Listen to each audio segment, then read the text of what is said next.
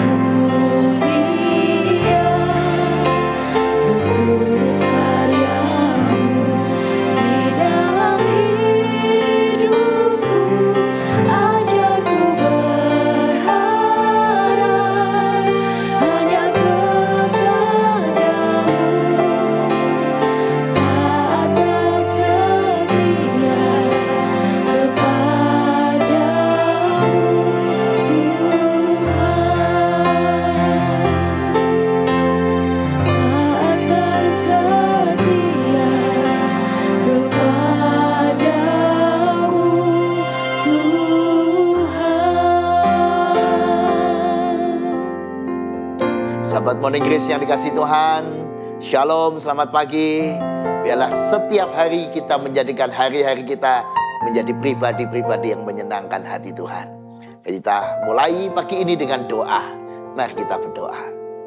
Ya Tuhan, kami ingin menyenangkan hati-Mu, tapi kami sadar kami membutuhkan hikmat yang dari Tuhan, supaya kami dapat menjadi pelaku-pelaku firman yang baik. Biarlah itu membangun hari-hari yang menyenangkan hati Tuhan dan memuliakan nama Tuhan. Terima kasih Tuhan. Amin. Gimana nih Melisa sama Kevin pagi ini? Semangat? Wah, oke. Bicara tentang kebahagiaan. Nah, buat Melisa sama Kevin, ini hari-hari ini sedang bahagia atau tidak ini? Bahagia, Pak. Bahagia ya. Pertanyaannya, bahagia itu apa? Atau bagaimana kita supaya bisa bahagia? Menurut kalian? Kalau menurut saya bahagia itu sesimpel kita bisa menikmati berkat Tuhan dengan penuh rasa syukur, Pak. Wah, ini ya bagus ya. Kalau orang bisa menikmati berkat Tuhan penuh rasa syukur, dia bisa bahagia. Begitu ya, tidak tergantung kekayaan. Tidak tergantung sedang apapun yang terjadi. Oke, kalau Kevin sendiri gimana? Sama sih Pak, kalau saya bahagia itu intinya semuanya kita bawa dengan rasa syukur. Entah itu hari ini kita ada galau mungkin, tapi ya pasti ada sesuatu yang bisa disyukuri. Itu bahagia sih. Ada sesuatu yang pasti bisa disyukuri. Nah, karena itu hari ini kita ingin mengajak kita semua untuk menikmati hidup dengan berbahagia. Sebab hari ini banyak orang yang kaya, memiliki banyak hal, tapi tidak bahagia. Dan sebaliknya juga ada begitu banyak orang yang nampaknya hidupnya sederhana, penuh dengan kebahagiaan. Sebaliknya juga kita bisa melihat ada orang yang begitu pandai, cerdas, memiliki karir yang mestinya harusnya disyukuri, tapi dia tidak bahagia. Tapi sebaliknya ada orang yang karirnya sederhana, orang biasa, tapi penuh bahagia. Nah, salah satu hal yang menariknya untuk Kevin dan Melisa, ciri orang bahagia itu biasanya dia tidak suka mengeluh. Nah, kan?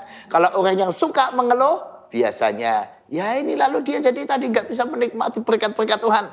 Nah, ngomong soal keluh kesah, Kamu suka mengeluh gak? Masih suka mengeluh. Suka mengeluh. Kalau Kevin?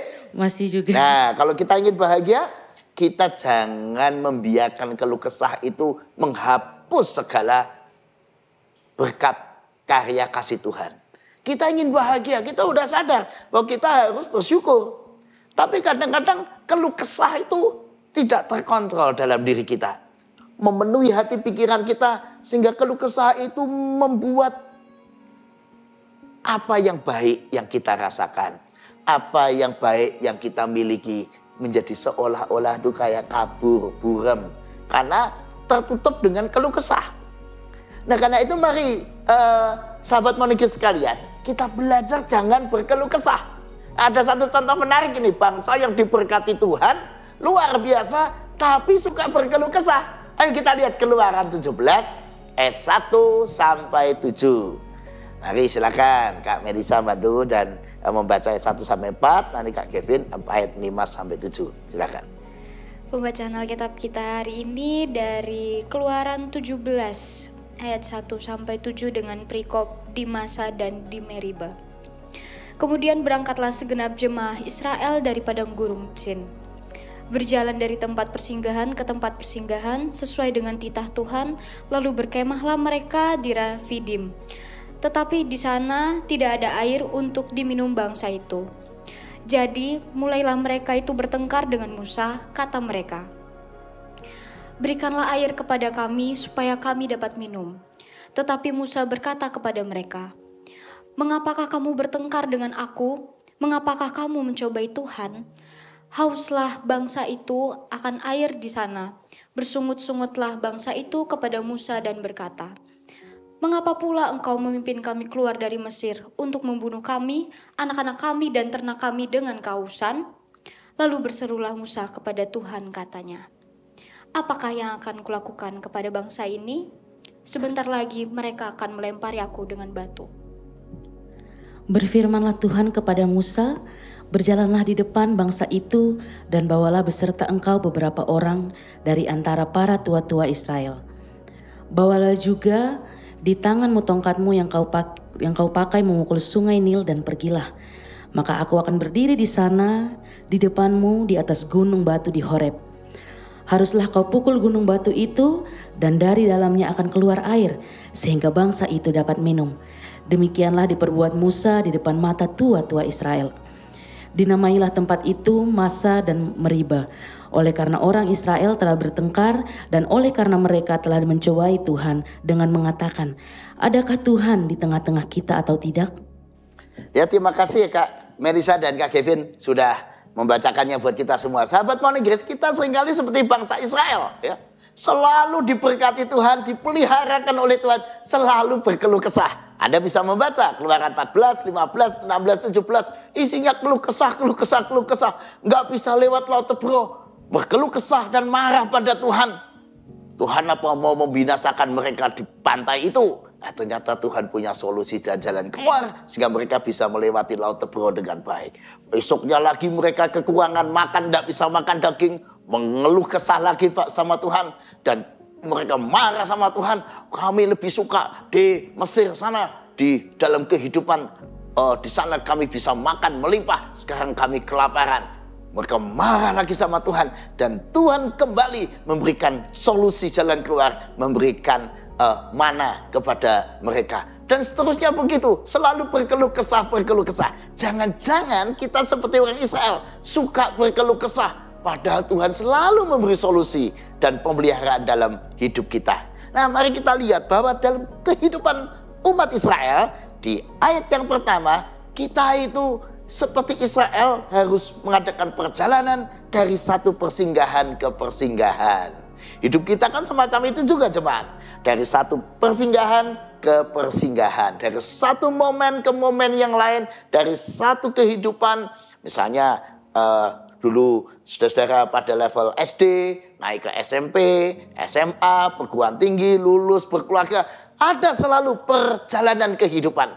Nah, apapun situasinya, selalu Tuhan ada di sana. Memang kadang Tuhan izinkan kita menghadapi situasi sulit. Seperti umat Israel dalam perjalanannya ada sekali masalah-masalah yang mereka hadapi. Namun Tuhan selalu jadi solusi. Karena itu yang pertama, mari kita jangan mengeluh. Nah, bicara soal keluh kesah ini, Melisa dan Kevin. Menurut kalian orang yang suka mengeluh itu tanda apa? Tandanya apa? Tidak bersyukur. Tidak bersyukur. Lalu yang lain lagi? Tidak bahagia. Tidak bahagia. Ya jelas ya, tidak bahagia, tidak bersyukur. Ada lain lagi? Orang yang suka mengeluh seperti orang Israel, selain tadi tidak bersyukur, juga orangnya tidak mau susah.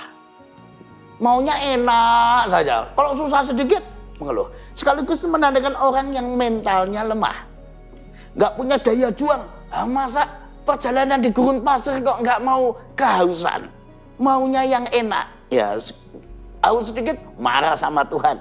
Mentalnya lemah, daya juangnya lemah. Dan bisa jadi orang yang suka mengeluh itu punya masalah kepribadian. Nah, di berkat itu, ya masalah kepribadian mungkin dia.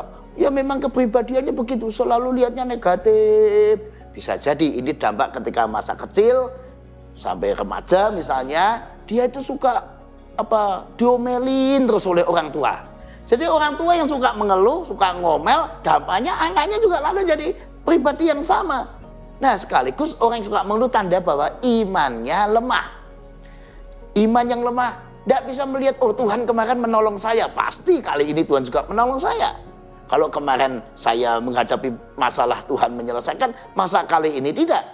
Ini seolah-olah itu kalau sudah mendapatkan berkat Tuhan, dia lupa. Ini imannya lemah. Dan suka melupakan apa yang Tuhan lakukan dalam hidupnya. Atau dalam bahasa teologis, spiritualitasnya tidak sehat. Nah, jadi pertanyaannya, Melisa sama Gavin ini gimana nih? Masih suka mengeluh? Dan kira-kira kenapa ya aku suka mengeluh? Coba dilihat ya.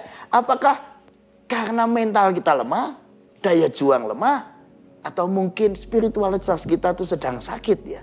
Jadi nggak bisa melihat pekerjaan Tuhan. Selalu ragu-ragu kayak Israel dan suka melupakan kebaikannya.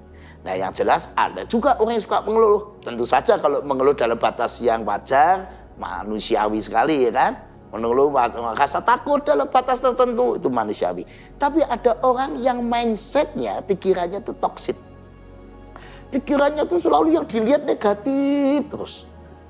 Kalau sama Tuhan aja lihat negatif, mengeluh, maka lihat orang lain juga negatif. Maka tidak heran dalam teks kita, mereka bertengkar sama Musa, marah sama Musa. Padahal Musa ini kan pemimpin yang baik, yang memimpin mereka, tapi bertengkar. Ada saja salah orang lain. Dan ya ciri orang yang tidak bahagia tadi.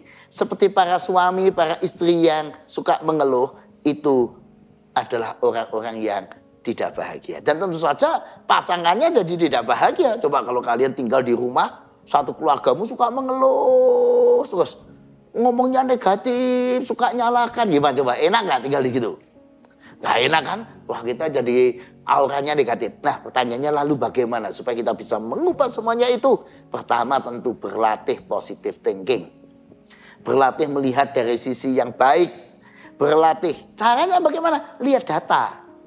Loh, kok lihat data? Iya, kayak Israel. Ketika mereka sedang ada masalah, lihat data. Apa pernah Tuhan membiarkan mereka mati di kelaparan, di gurun? Tidak ada. Tuhan selalu menjadi solusi. Harusnya lihat data itu. Apa pernah Tuhan membiarkan kita tuh sampai nggak bisa ngapa-ngapain? Tuhan membiarkan kita katakanlah tidak bisa makan, tidak bisa minum, nggak bisa sesuatu, tidak ada yang menolong. Apa pernah? Jangan kamu pernah puasa berapa hari? Karena nggak punya makanan loh. Nggak pernah. Nggak pernah ya. Itu kan data kan. Oh jadi Tuhan nggak pernah ya membiarkan saya kelaparan ya. Nggak pernah. Melisa, Kevin nggak pernah. Pernah punya masalah sampai nggak bisa selesai? Coba dihitung berapa masalah yang atau memang belum waktunya selesai. Mungkin memang kita harus sabar. Tapi kalau kita lihat data akan kasih karunia Tuhan, kita mestinya menjadi tenang. Harusnya Israel lihat bagaimana Tuhan menyelesaikan mereka ketika menolong mereka ketika melewati laut Teberau. Lautnya membelah. Itu kan mujizat dahsyat. Mereka butuh makan, ada mana tiap pagi. Mereka butuh daging, ada burung puyuh datang. Mestinya itu cukup untuk membuat mereka tidak berkeluh kesah. Nah, karena itu mari kita latihan itu. Positive thinking. Ada lagu yang menarik itu di dalam lagunya, judulnya begini, Count Your Blessing. Ya. Itu lagunya. Bila tofan keras melanda hidupmu, bila putus asa dan letih lesu, berkat Tuhan satu-satu hitunglah. Kau niscaya kagum oleh kasih-Nya. Berkat Tuhan mari hitunglah. Kau kan kagum oleh kasih-Nya. Berkat Tuhan mari hitunglah. Kau niscaya kagum oleh kasih. Nah, itu judul aslinya Count Your Blessing. Kalau kita memperhatikan apa yang sudah lewat, count your blessing, kita nggak ada alasan mengeluh. Takut apa coba? Pernahkah Tuhan meninggalkan kita? Lihat data dalam kehidupan kita, lihat realita. Yang kedua teman-teman, selain kita belajar berpikir positif dan menghitung berkat Tuhan, yang kedua, mari kita selalu belajar untuk menghayati bahwa Allah sungguh hadir di tengah hidup kita. Jangan seperti orang Israel di ayat yang ke-7. Kalau sedang mengeluh, bicaranya ngelantur. Yang ngelantur itu seperti ini misalnya ayat 7. Adakah Tuhan di tengah-tengah kita atau tidak? Itu ngelantur ini. Adakah Tuhan di tengah-tengah kita atau tidak? Ya boleh mengeluh sih mengeluh, tapi jangan ngawur. Ya. Ada orang kalau mengeluh mulai menyalahkan orang, tapi bicaranya ngelantur. Misalnya kalau dengan Tuhan orang Israel berani, ada Tuhan atau tidak? Lu kan jelas Tuhan memberikan mujizatnya. Misalnya kita pada orang tua sedang marah, kita bilang papa mama tidak pernah sayang sama saya. Nah, ini kan ngelantur, masa betul papa mama tidak pernah sayang, kan nggak betul loh. Kalau kita sudah nggak senang dengan orang lain, kita ngomongnya ngelantur. Oh dia nggak peduli sama saya. Apa benar orang nggak peduli sama kita? Nggak ada orang yang perhatian sama saya. Apa betul? Kadang-kadang kita lalu bicaranya ngawur. Nah ketika kita makin ngawur, kita makin gak bahagia kalau kisah kita semakin tidak teratasi. Jadi yang kedua, mari kita percaya. Dan mempercayakan hidup kita kepada Tuhan, bahwa Dia sungguh ada dan sumber hidup kita. Dan yang terakhir, ayo mari memulihkan potret diri kita. Kita harus sadar, orang yang suka mengeluh itu potret dirinya berarti bermasalah. Tadi secara psikologis, kalau sudah terlalu banyak mengeluh mungkin perlu ke psikolog atau ke psikiater, ya berarti ini sakit. Harusnya orang normal itu kan bisa menimbang, bisa memperhatikan, oh ya dia memang banyak kekurangan, tapi dia juga ada kok kelebihannya. Tuhan tuh ya kadang memang tidak seolah-olah tidak mendengar doa saya, tapi persoalan saya yang kemarin-kemarin terjawab kok. Ya mestinya kita bisa menimbang dengan akal sehat kita, dengan iman kita. Tapi kalau semuanya itu tetap nggak bisa, kita perlu berobat ke psikolog atau psikiater. Berarti mungkin memang kita sedang depresi hebat dan seterusnya. Perlu ahlinya, bahkan mungkin perlu ke pendeta ya untuk didoakan. Jangan-jangan ini pikirannya sedang diliputi kegelapan. Nah akhirnya sahabat Morning Grace, mari kita kalahkan keluh kesah, kita ganti dengan puji-pujian buat kemuliaan Tuhan. Hitung berkat Tuhan, engkau akan melihat dahsyatnya kasih Allah. Jadi tidak ada alasan untuk tidak bahagia hari ini. Mari kita berbahagia karena Tuhan nyata kasih-Nya kepada kita. Amin. Mari kita berdoa. Tuhan ampuni kami karena kami seringkali berkeluh kesah dan merasa tidak bahagia. Padahal berkat-Mu begitu dahsyat, kehadiran Tuhan begitu nyata. Terima kasih Tuhan, biarlah hari ini dan seterusnya kami selalu melihat dan percaya akan Tuhan yang hadir. Bahkan mempercayakan hidup kami kepada Tuhan. Biarlah nama Tuhan dipermuliakan. Amin.